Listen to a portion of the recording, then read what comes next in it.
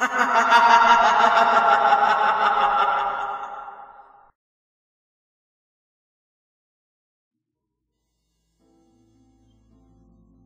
great-aunt had died the year before. Her house was locked up in probate until issues of inheritance were settled. My father was acting as caretaker of the property, which meant I took care of the place while my old man bought booze with my great-aunt's money. I didn't mind. It got me out of my place, away from my old man, and it made a nice place to have parties and hang out with my friends. My friend Chris loved the place. I think he also needed a place to hide. Somewhere away from his own house, with all of his dead mother's things lying around. Right where she left them, before a sleep-deprived truck driver snuffed out her life like a candle on a store-bought birthday cake. Our big plan was to host a Halloween party, just for our small group of friends. Chris quickly latched onto the idea of having a seance, and spent a lot of his time at the library, or at some of the local bookstores, researching. I told him it was no big deal, that it was just a stupid party trick, but he insisted on getting it right. I guess Chris was messed up about his mother's death. I should have thought about that. About why he was so concerned with contacting the dead. But he didn't talk about her very much, and as I've said before, I was stupid. There are things that happen when you're 19 that stay with you. You don't think they will, but they do. If that's not the definition of haunted, I don't know what is. I met Chris as he was walking back from the dollar store that evening. He was carrying several bags of Halloween candy, some chips, and a few bottles of soda. He climbed into my car, and I drove us to the house. He dumped the candy into a large plastic bowl and smacked my hand away when I tried to filch some. "That's for the trick-or-treaters, jerk," he said.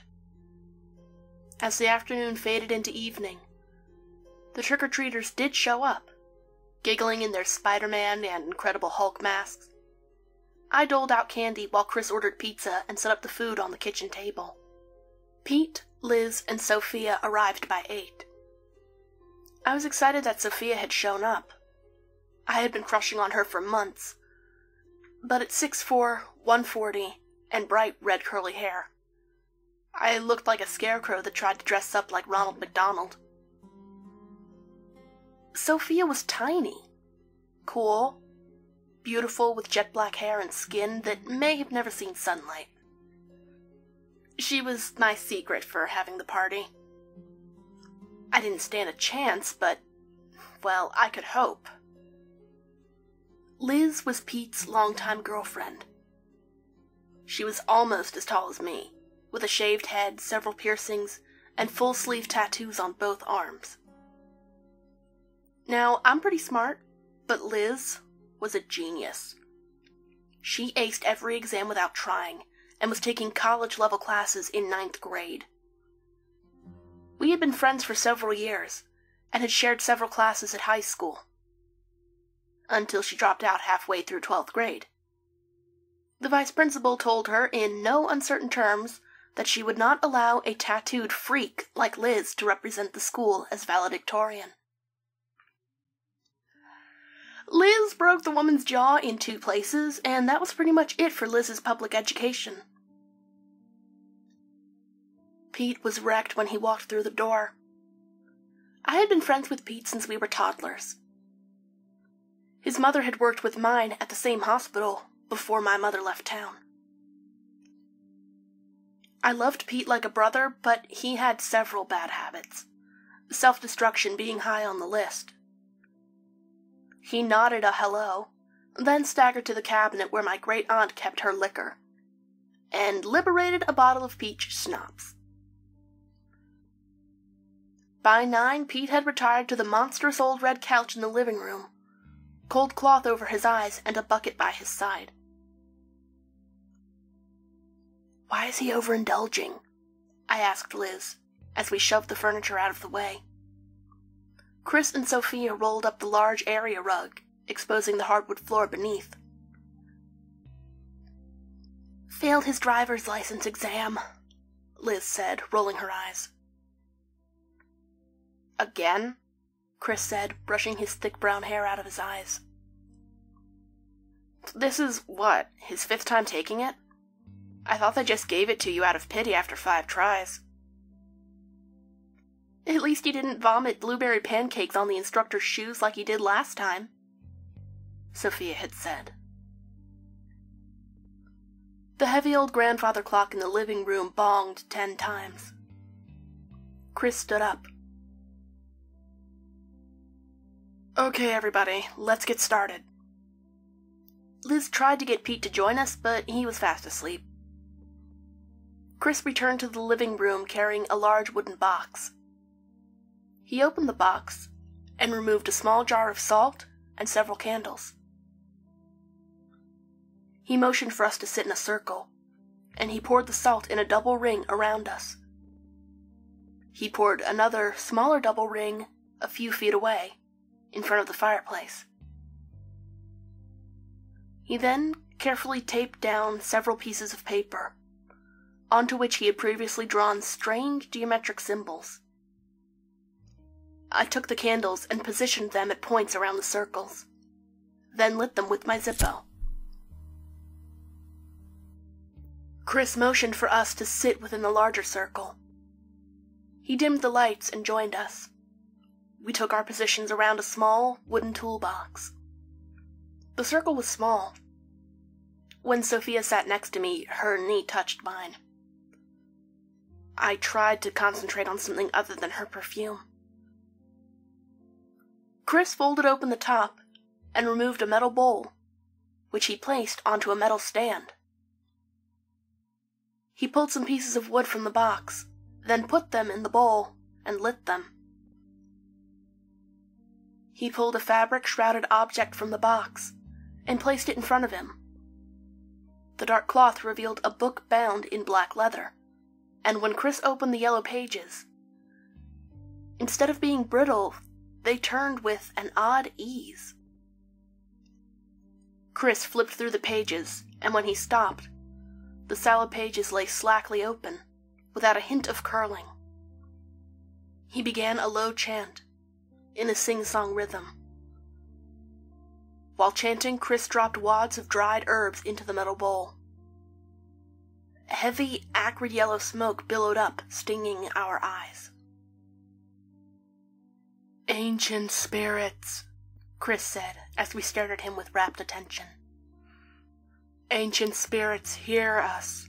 We beseech you, ancient spirits, hear our call. Ancient spirits, hear us. Ancient spirits, answer us. Ancient spirits, come to us. Ancient spirits, the way is open.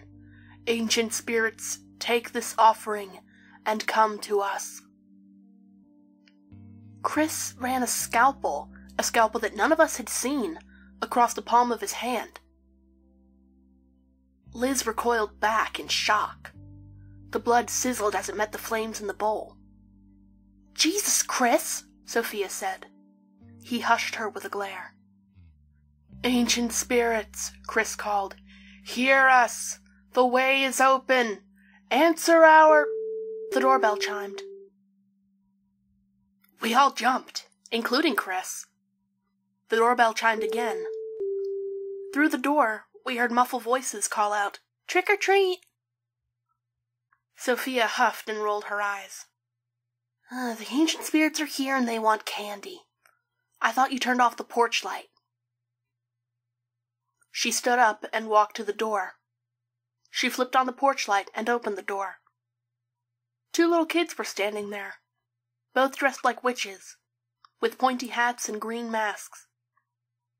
They giggled, pillowcase sacks towards Sophia, and yelled, "Trick or treat!" at the top of their lungs. Sophia looked around for the candy dish, then saw it on the kitchen table. It was empty, save for some wrappers.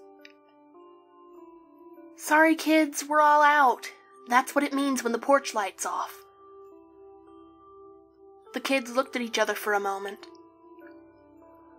"Can we come inside for a minute, ma'am? My sister really has to go to the bathroom."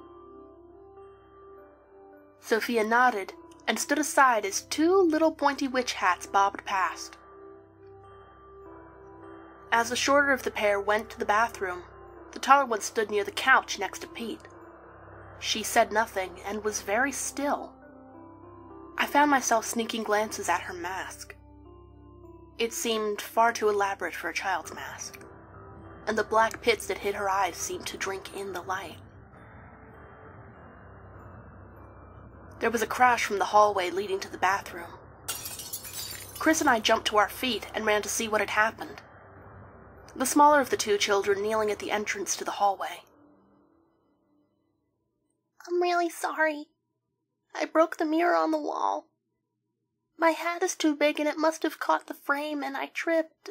I can't see where I'm going." She tilted her head down and began to cry softly. It's just a cheap old mirror," Chris said. He extended a hand, his cut hand, I thought to myself without really knowing why, and pulled her up. "It's getting late. Your parents must be worried." "Yes, it's almost midnight." "Sister, we should be going." We turned to see the sister leaning over Pete's sleeping form, green mask pressed close to his ear. "Hey, what are you doing to Pete?" Liz asked. She stood and walked towards the taller child. "He was sleeping," the taller witch said, shrugging.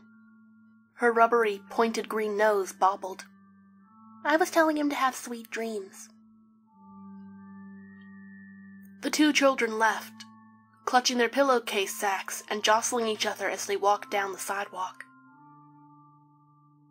I watched them go, and as I saw them turn the corner, I think that I may have seen both of them taking turns licking the smaller one's hand. We shut off the lights, bolted the front door, and relit a few candles that had gone out. Chris picked up his book again as we rejoined him inside the salt circle. "Ancient spirits, hear us!" he cried. "Ancient spirits, we call you! Ancient spirits, hear our call! Ancient spirits, answer us!" The old grandfather clock began to toll, the first of 12. Chris sprinkled more sage into the redly glowing metal bowl. "Ancient spirits, we beseech you!" A candle went out. Sophia snorted and put her hand on mine. My heart slammed to a stop, then I realized she was only trying to pull the Zippo I had been fidgeting with out of my hand. She winked, then reached over to light the candle. Another candle went out, and another. The room was plunged into a murky darkness, only lit from the flickers of the coals in the metal bowl. Okay," said Chris, with only a slight tremor in his voice. "The ancient spirits have heard our call and have responded." He shifted slightly and closed the box. On the top of the box was an ornate inlay of letters and numbers, in the style of an Ouija board. Chris drew a small white planchette from his shirt pocket and beckoned for us to place our hands upon it. We moved the planchette on the board in a small, slow circle. "Ancient spirits, are you here with us?" Something crashed in the kitchen. I made as if to get up for it, and Chris motioned for me to stop. "Don't leave the circle," he said. "Stay inside the circle. Never break it. Nothing can harm you if you don't cross the boundary." We placed our hands back on the planchette. "Ancient spirits, "Are you here with us?" Chris asked again. The planchette slowly moved to a corner. "Yes." Boards creaked in the darkened room around us. "This is too spooky, Chris," Sophia said. "It feels like something is watching us. Oh." Sophia looked down. In the twitching red glow of the flames, a shadow seemed to spread across Sophia's chest. She looked up at us and opened her mouth to speak. A flood of blackness flowed out of her mouth and down her chin. She slumped forward, knocking over the metal bowl. The burning coals scattered. "Sophia!" I lunged toward her. A smoldering coal burned my hand, but I didn't feel it. I could only think about Sophia's beautiful hair, and how it was on fire. "Get the lights!" Chris yelled, standing. He shoved me off of Sophia and out of the circle. I scrambled to my feet. I could see nothing but the inky blackness. Liz was screaming, just over and over. A wall should have been inches away, but I felt nothing. I reached out frantically. My fingertips caught something. The sleeve of a shirt? It jerked away. There was a blinding, burning pain on my arm. I fell flat and away, clutching the wound. Blood soaked through the sleeve of my shirt. I crouched low, trying to see something, anything. I turned back to the circle. Liz's face, mouth open in surprise, jerked backward. Her slashed throat sprayed blood across the room. It smelled like copper. I turned to the right, arm out. I ran. My hand slammed into a doorway with force. A fingernail peeled back. I dropped to my knees, then crawled forward. My fingers met the cold steel of the refrigerator. I flung the door open. Light flooded the kitchen. I huddled in the corner, shaking. I heard a racking scream from the other room. "Chris!" I snatched a heavy cast-iron frying pan from the stove. Heavy pan raised high. I stood to the side of the doorway. Blood trickled into a pool in the elbow of my shirt.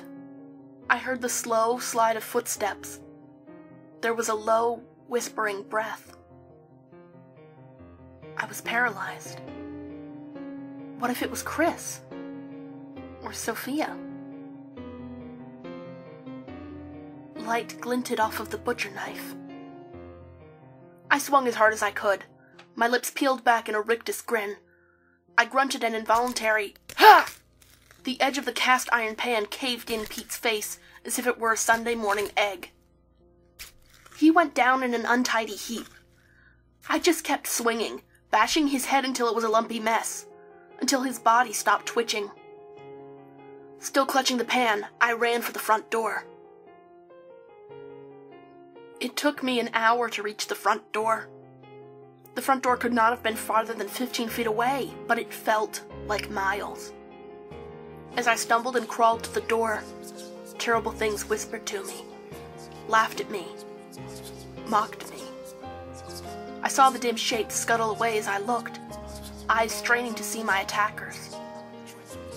They darted in and gouged my flesh with claws and hot, grasping hands. I flailed blindly in the dark with the frying pan, but they only laughed.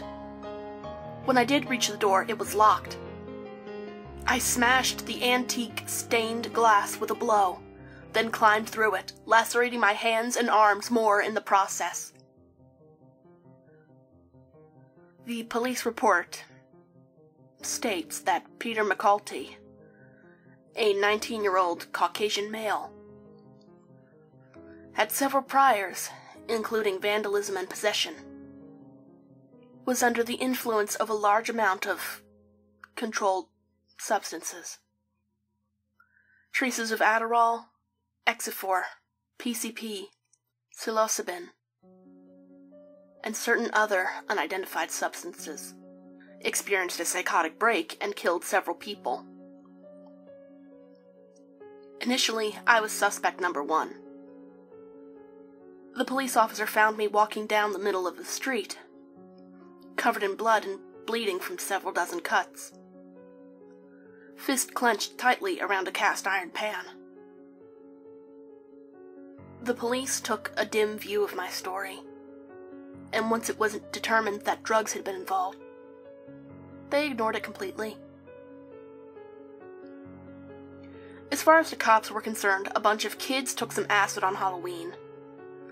They played out a satanic ritual, then one went off his rocker and killed a few of the others.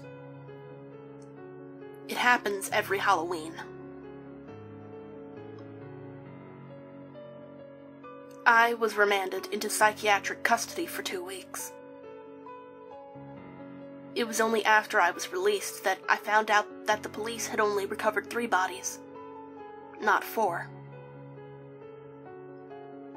They never found Chris, or any trace of him.